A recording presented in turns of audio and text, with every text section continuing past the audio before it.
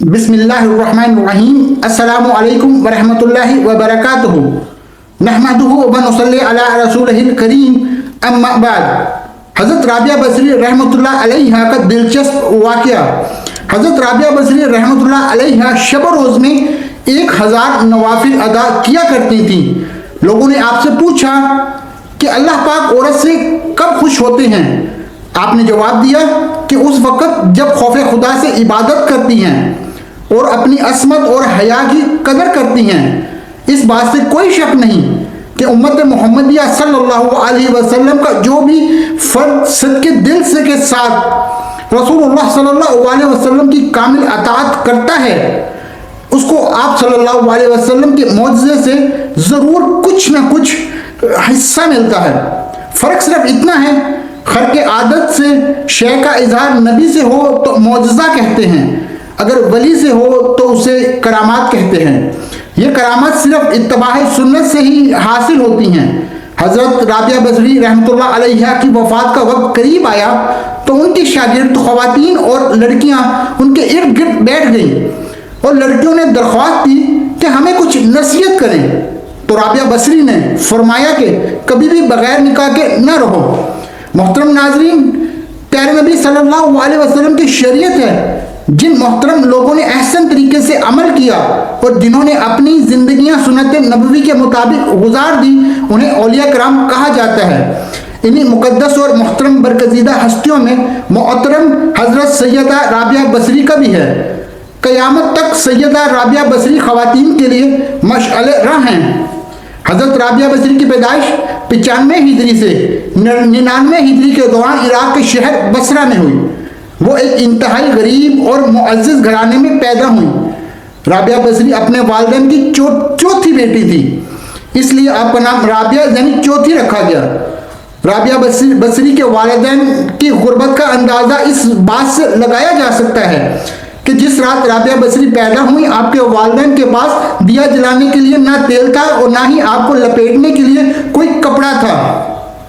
आपकी वालिदा ने आपसे दरख्वास्त की कि पड़ोसियों से थोड़ा सा तेल ले आएं ताकि दिया जलाया जा सके। आपके वालिद ने पूरी जिंदगी अपने खालिक के हकीकी के अलावा किसी के आगे हाथ ना फैलाया था। राबिया बसरी के वालिद पड़ोसी के दरवाजे तक तो गए लेकिन खाली हाथ लौट आए। रात को राबिया बसरी के वालिद ने ख्वाब में रसूलुल्लाह सल्लल्लाहु अलैहि वसल्लम की ज़ियारत नसीब हुई। सुभान अल्लाह। उन्होंने राबिया के वालिद को बशारत दी कि तुम्हारी मौलूद बेटी अल्लाह जल्ल शानहू की बज़गिज़ा बंदी बनेगी और मुसलमानों को सही राह पर लेके आएंगी।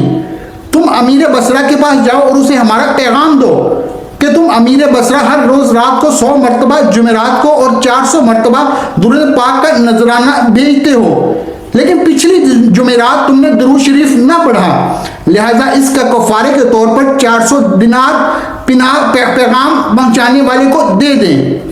राबिया बसरी के वालिद उठे और राबिया बसरी और अमीर बसरा के पास पहुंचे और उसने अपनी खुशी के आंसू से देखे अमीर बसरा राबिया बसरा के वालिद के जरिए रसूलुल्लाह सल्लल्लाहु अलैहि वसल्लम का पैगाम मिला तो ये जानकर खुश हुआ कि नबी आखिर ज़मान सल्लल्लाहु अलैहि वसल्लम की नज़रों में है। उसने शुक्राने के तौर पर फौरन 1000 दिनार गरीबों में तकसीम कराए और 400 दिनार राबिया बसरी के वालिद को अता किए और उनसे दरख्वास्त की कि आपको जब भी किसी चीज़ की भी ज़रूरत हो तो बिला झिझक तशरीफ़ लाएं। इसी कुछ अरसे के बाद राबिया बसरी के वालिद का इंतकाल हो गया। इसी असना में बसरा में सख्त कहत अपनी लपेट में ले लिया। कहत के दौरान राबिया बसरी अपनी बहनों से बिछड़ गई। एक मरतबा राबिया बसरी काफिले में जा रही थी कि काफिले को डाकुओं ने लूट लिया।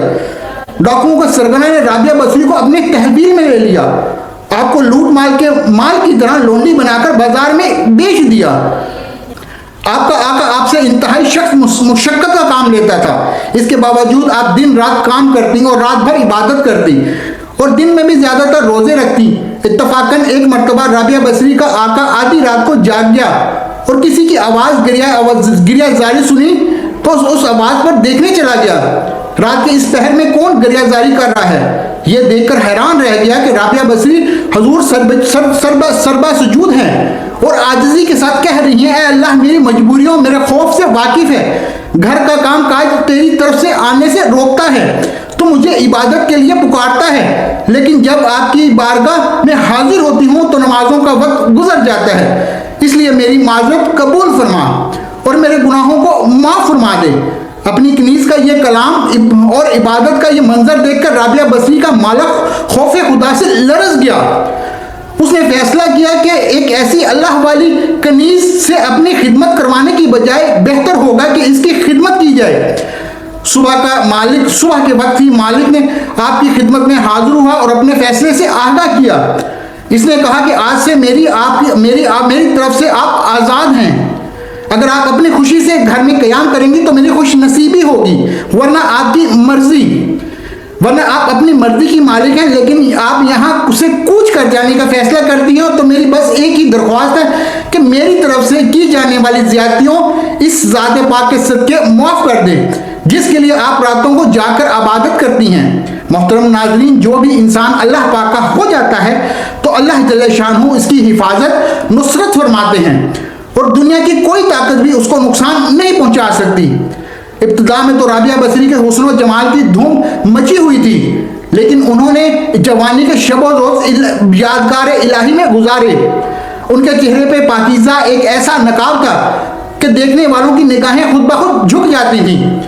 اسی زمانے کے ایک نوجوان نے انہیں رات کے وقت چاند کی طرح دمکتے دیکھا تو وہ آپ کو کوئی غیر مرئی مخلوق سمجھ کر بھاگ اٹھا، لیکن دوسری صبح جب وہی چہرہ اسے رابعہ بصری ایک بازار میں نظر آیا تو وہ عقل کا خود بخود ہاتھ دھو بیٹھا اور رات کے اسی وقت اسی طرح کا تصور کرنے لگ رہا۔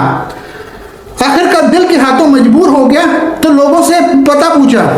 حضرت رابعہ بصری کے گھر پہنچا اور کہا کرتی تھی کہ دل کے دروازے ہمیشہ کھلے رکھو، کیا معلوم کوئی محبوب کس وقت دستخط دے دے، مگر گھر کے دروازے بند ہوں یا کھلے ہوں تو دانستہ میں برابر تھے۔ نوجوان خلاف توقع ان کا دروازہ کھلا ہوا ملا۔ اس نے اپنے دل کی دھڑکنیں بڑی مشکل سے قابو پایا۔ رات کا وقت تھا، چراغ روشن تھا، یہ سوچ کر بے باکی سے اندر داخل ہو گیا اور حال دل سنانے میں کیا حرج ہے، زیادہ سے زیادہ انکار ہو جائے گا۔ واپسی کا دروازہ برحال کھلا ہوا ہے، لیکن جب وہ اندر پہنچا تو وہاں کوئی نہ تھا، البتہ چھت سے ایسی پرسوز آواز آ رہی تھی کہ زیر لب کوئی ہجر کا رونا رو رہا ہو۔ نوجوان تیزی سے زینے کی طرف چڑھ گیا۔ اس وقت حضرت رابعہ بصری عشر کی نماز سے فارغ ہو کر سوانح خوانی کر رہی تھی۔ پروردگار کے ستارے روشن ہو گئے، لوگ سو گئے، بادشاہوں نے دروازے بند کر لیے، ہر محبوب سے اپنے راز اور نیاز میں ہے۔ میں تیرے سامنے کھڑی ہوں۔ نوجوان پر سکتہ طاری ہو گیا۔ اسی اثنا میں حضرت رابعہ بصری نے پلٹ کر اس کو ایسی قہر آلود نظروں سے دیکھا، اس کی زبان گم ہو گئی۔ رابعہ بصری نے اس کے قریب آ کر پوچھا، کیا تم مجھ سے شادی کی درخواست کرنے آئے ہو؟ نوجوان لرزتے ہوئے ہاتھ سے اپنی زبان کی طرف اشارہ کیا، میں بول نہیں سکتا۔ حضرت رابعہ بصری نے کہا، اس سے پہلے کہ جو زبان کی طرح تیرا دل بھی چپ ہو جائے تو جس راستے سے آیا ہے اسی راستے سے لوٹ جا۔ وہ نوجوان صرف آنکھوں سے التجا کر سکتا تھا، اے نیک خاتون، میری گویائی مجھے واپس دے دے، میں تیرے مرتبے سے واقف نہیں تھا، مجھ سے غلطی ہوگی، مجھے معاف کر دے۔ لا علمی میں ہمیشہ قابل قبول معافی ہوتی ہے۔ اس کی خاموش آنکھوں کے جواب حضرت رابعہ بصری نے کہا، نوجوان، اگر تو نے مجھ سے کوئی زیادتی کی ہوتی تو میں تجھے یقیناً معاف کر دیتی۔ میں نے تو خود کو بہت پہلے اپنے رب کے حوالے کر دیا ہے۔ اب یہ معاملہ تیرا اور تیرے رب کا درمیان ہے۔ معافی مانگنا ہے تو اپنے رب سے معافی مانگ، تو سب کے دل سے توبہ کرنے کا ارادہ کر تو شاید توبہ کی خاطر تیری زبان کھل جائے۔ یہ کہہ کر حضرت رابعہ بصری نماز کے لیے کھڑی ہو گئی۔ وہ نوجوان بے اختیاری سجدے میں گر گیا اور رو رہا تھا۔ نہ معلوم کب تک روتا رہا۔ جب اسے ہوش آیا زبان کھل چکی تھی، توبہ توبہ کا ورد کر رہی تھی۔ بصرہ کے بازار میں کئی سال تک ایک نوجوان گرمی اور سردی عاری ہو کر توبہ توبہ کا نعرہ لگاتا رہا۔ اسی نعروں سے رابعہ بصری کی راتیں گونج اٹھتی تھی اور بچے سہم کر ماؤں کی سینوں سے دبک جاتے تھے۔ آخر ایک دن اچانک ہی وہ نوجوان کہیں غائب ہو گیا اور پھر اس کا پتہ نہیں چل سکا۔ یہ وہی نوجوان تھا جو حضرت رابعہ بصری کی بدولت درباہ خداوندی میں مقرر ٹھہرا۔ رابعہ بصری ایک بہت ہی نیک دل عابد زاہدہ خاتون تھی۔ لوگ آج ان کی عبادت کی مثالیں دیتے ہیں۔ جب ان کی وفات کا وقت قریب آیا تو तो इनकी शागिर्द ख़वातीन और लड़कियां इनके पास इर्द गिर्द बैठ गईं। उन्होंने दरख्वास्त की कि हमें नसीहत करे। तो हज़रत राबिया बसरी ने फरमाया कि कभी बगैर निकाह के न रहो, और फिर अपना वाक़या सुनाया। जब मैं आधी रात के वक्त मसल्ले पर बैठकर इबादत करती थी तो गलियों में फिरने वाला चौकीदार जो मेरे घर के सामने गुजरता था तो मेरे दिल में बुरे बुरे वसवसे आते थे कि उस वक्त सारे लोग सोए हुए हैं, कोई भी नहीं देख रहा। यह तो अल्लाह का करम हुआ कि उसने मुझे जिना से महफूज रखा। इस वाक़या का अंदाज़ा आप इस बात से लगा सकते हैं कि राबिया बसरी जैसी पाकदामन और आबदा जाहिदा खातून ऐसे वसवसे आ रहे हैं तो आजकल के मुआशरे में जहाँ हर तरफ बेहयाई, बेपर्दगी, बेदीनी का माहौल गालिब है, ऐसे में कौन औरत है जो अपने आप को बचाएगी।